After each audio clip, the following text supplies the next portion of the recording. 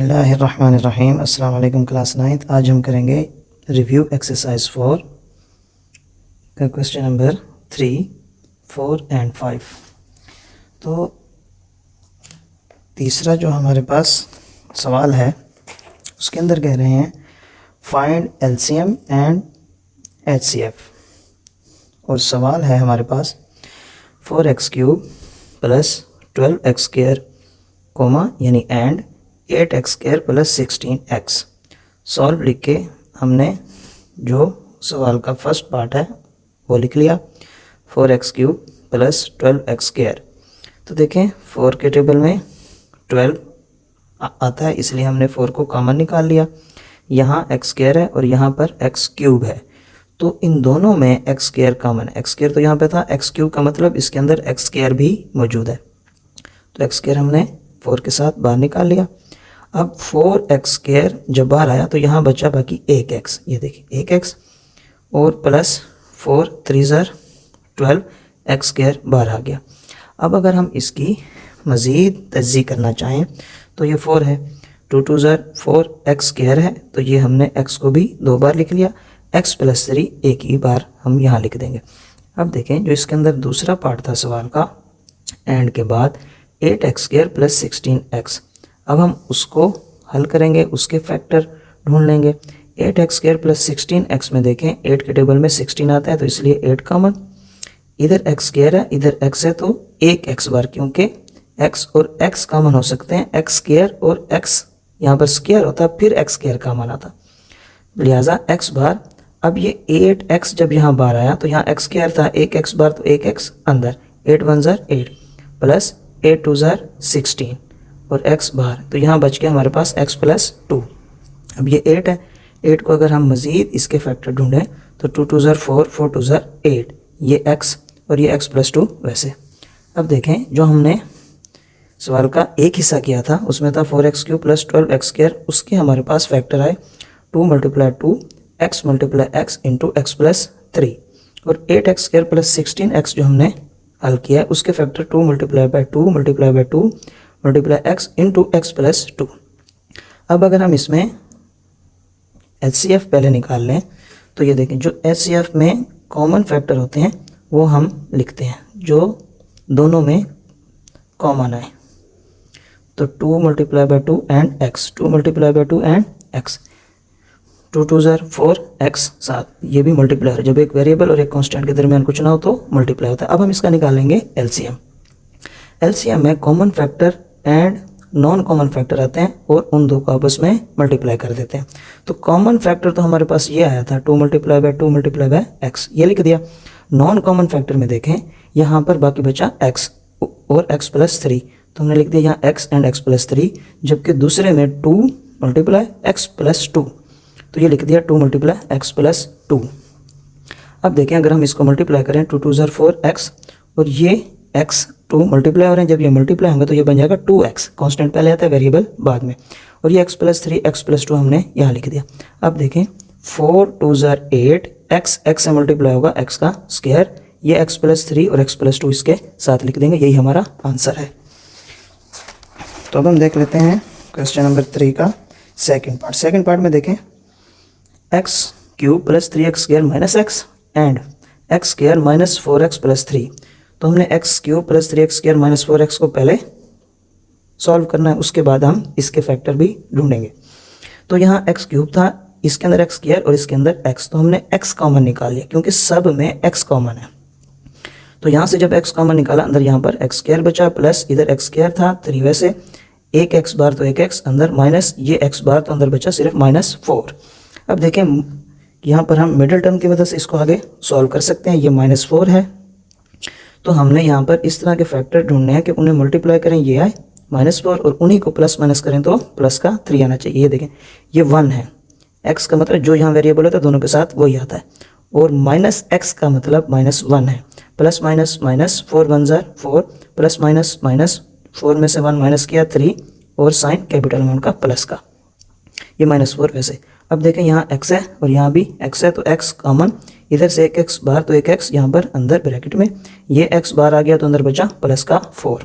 यहाँ देखें x minus 4 है, कुछ भी कॉमन नहीं है, यहाँ x प्लस 4 है, तो ये -1 हम कॉमन निकाल लेते हैं। x 1 jar x minus plus minus minus plus minus 1 4 jar 4। अब x प्लस 4 दो बार है, इसको हमने एक ब्रैकेट में लिख दिया, ये x माइनस 1 को एक ब्रैकेट में लिख दिया। ये हमारी कॉमन वाली ब्रैकेट है और x प्लस 4 x माइनस 1 की फैक्टर की ये ब्रैकेट है, ये कॉमन वाली। अब हम दूसरा हिस्सा अगर यहाँ पर सॉल्व करते हैं तो वो है x square minus 4x plus 3। अब देखें हमें मल्टीप्लाई करने से ये प्लस 3 चाहिए और अगर उन्हीं को माइनस या प्लस करें तो -4 चाहिए। Minus minus plus 3 plus 1 4 sign capital amount का माइनस का, माइनस माइनस प्लस 3 1 जार 3, ये प्लस 3 वैसे उतार लिया और x स्क्वायर भी हमने वैसे उतार लिया। अब देखें यहाँ x स्क्वायर है, यहाँ x है तो x कॉमन, यहाँ से x स्क्वायर से एक x बाहर तो एक x, यहाँ अंदर -3 ये x बाहर आ गया। अब यहाँ देखें इसके अंदर कुछ भी कॉमन नहीं है, लेकिन ये इससे मिलते हैं, सेम है, तो -1 कॉमन, यहाँ माइनस है इसलिए -1 common. x minus plus minus x 1 jar x minus minus plus 1 3 jar 3, तो x माइनस 3 दो बार है, यहाँ पर हमने एक ब्रैकेट में लिख लिया और इसके ब्रैकेट के बाद x और इसके ब्रैकेट के बाद -1, इसको हमने एक ब्रैकेट में लिख लिया। अब देखें जो हमारे पास पहले पार्ट का आंसर था वो था x into x plus 4 x minus 1, और जो दूसरे पार्ट का था वो है x square minus 4x plus 3 वह x minus 3 x minus 1 into. अब इसका HCF देखें तो ये हिस्सा हमारे पास कॉमन है x माइनस 1 का, तो ये इसका HCF आ गया। LCM में common factor multiply non common factor, तो कॉमन फैक्टर में x माइनस 1 है, बाकी यहाँ बचा x इंटू एक्स प्लस 4, वो हमने यहाँ लिख दिया, और सेकंड वाला जो था पार्ट उसके अंदर x माइनस 3 बाकी बचा, वो यहाँ लिख दिया x minus 3 non common factor में। अब अगर हम इनको तरतीब से लिखें तो x पहले x माइनस 1 फिर x plus 4 and x minus 3। यहाँ आप इनकी तरतीब चेंज भी कर सकते हैं, ब्रैकेट है इसका मतलब मल्टीप्लाई है, मल्टीप्लाई में हम चेंज भी कर सकते हैं, उसका मतलब एक ही होता है, जैसे 2 multiply by 3 and 3 multiply by 2, दोनों का आंसर 6 ही आएगा। तो ये हमारा आंसर है। तो हम देख लेते हैं इसका तीसरा पार्ट। तीसरे पार्ट में है x square plus 8x plus 16 comma यानी एंड x स्क्वायर माइनस 16। तो पहले हम इस हिस्से को सॉल्व करते हैं, x square plus 8x plus 16, तो यहाँ स्क्वायर बनता है होल का a का स्क्वायर, यहाँ 16 b का स्क्वायर, तो यहाँ हम फार्मूला लगा रहे हैं a प्लस b होल का square is equal to a square plus 2ab plus b का स्क्वायर। तो ये हमारे पास a का स्क्वायर है और ये b का स्क्वायर 4 है, a square plus b square plus 2a, पहली रकम a आखिरी रकम b, 2 4 जार 8x। अब इसको हम क्लोज किस में करते हैं, देखें a एंड b लिख के होल का स्क्वायर 2 के साथ प्लस है तो प्लस में इसको हमने क्लोज कर दिया, तो यहाँ पर भी a एंड b लिख के 2 के साथ प्लस है होल के स्क्वायर में क्लोज कर दिया। अब इसके अगर हम मजीद फैक्टर देखते हैं तो ये होल का स्क्वायर है, तो इसके मतलब कि इसकी बेस 2 बार, यहाँ पर भी x प्लस 4, यहाँ पर जब बेस 2 बार हो तो इनकी पावर ऐड हो जाती है, 1 + 1 2। अब हम इसका दूसरा पार्ट कर लेंगे, एक्स स्क्वायर माइनस 16, इधर हम फार्मूला जो लगाएंगे वो है a square minus b square is equal to a minus b and a plus b, ये वाला फार्मूला। तो देखें यहाँ हमने x होल का स्क्वायर माइनस 4 होल का स्क्वायर, 4 4 जार 16। अब ये शेप बन गई a square minus b square की, तो एक दफ़ा इसको इसके साथ माइनस में ए को और एक दफ़ा इसके साथ हमने प्लस में लिख दिया। अब अगर हम इनके आंसर, इस पार्ट का आंसर ये आता है हमारे पास और इस हिस्से का आंसर ये आता है हमारे पास।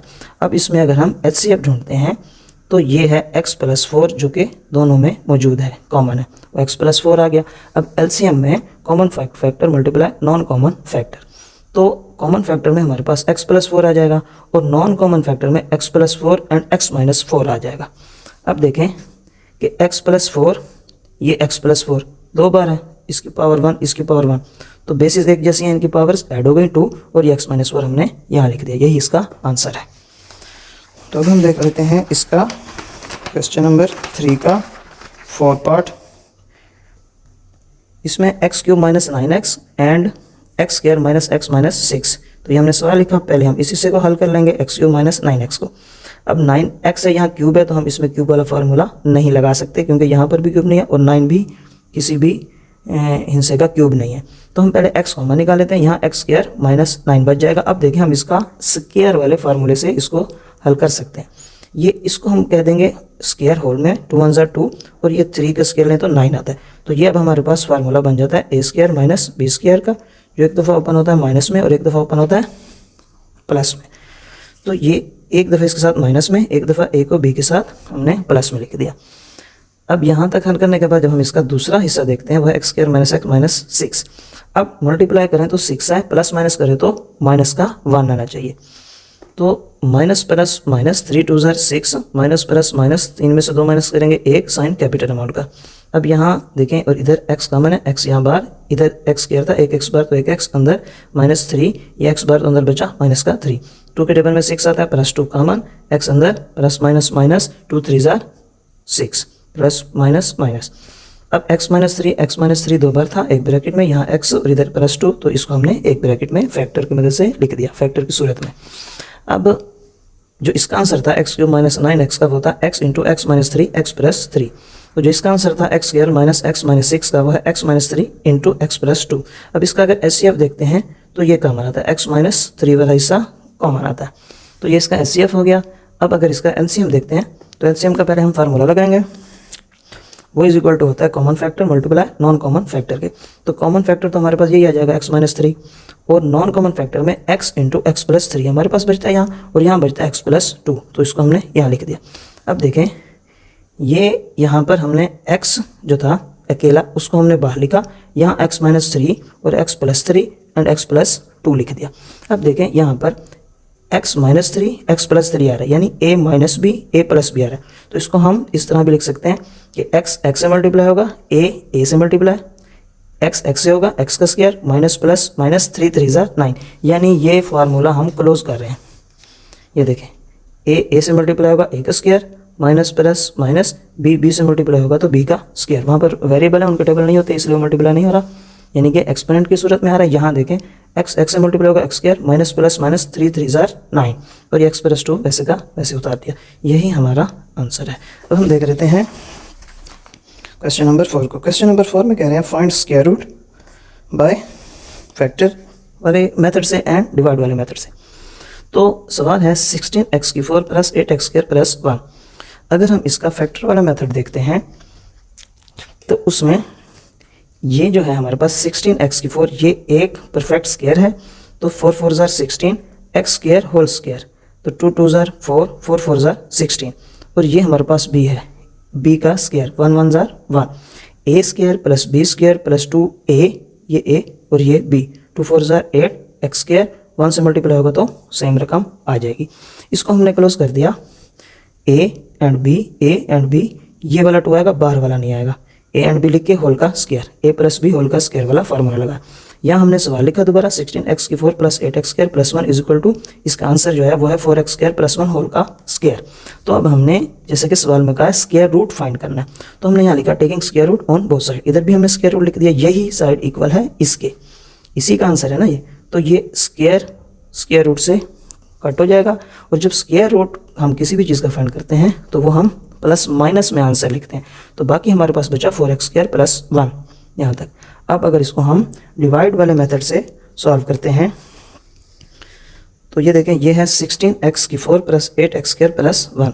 तो पहले यहाँ पर देखें हमें यहाँ पर जो रकम लिखनी होती है वही यहाँ पर रकम लिखनी होती है, 4 4 ज़ार 16 x² से मल्टीप्लाई होगा तो x³ बनेगा, तो 4x² को 4x² से मल्टीप्लाई करेंगे तो 16x³ आएगा, प्लस का था माइनस का होके ये कट हो जाएगा क्योंकि डिवाइड कर रहे हैं, और ये दोनों रकमों को हम नीचे उतार देंगे, 8x² प्लस 1, स्टार्ट में प्लस नहीं लिखते। अब जिनको मल्टीप्लाई किया था उनको ऐड करेंगे, 4 प्लस 4 8, ये x² और ये x² वैसे का वैसे, क्योंकि अब हम ऐड कर रहे हैं, मल्टीप्लाई करते तो ये x³ बन जाता।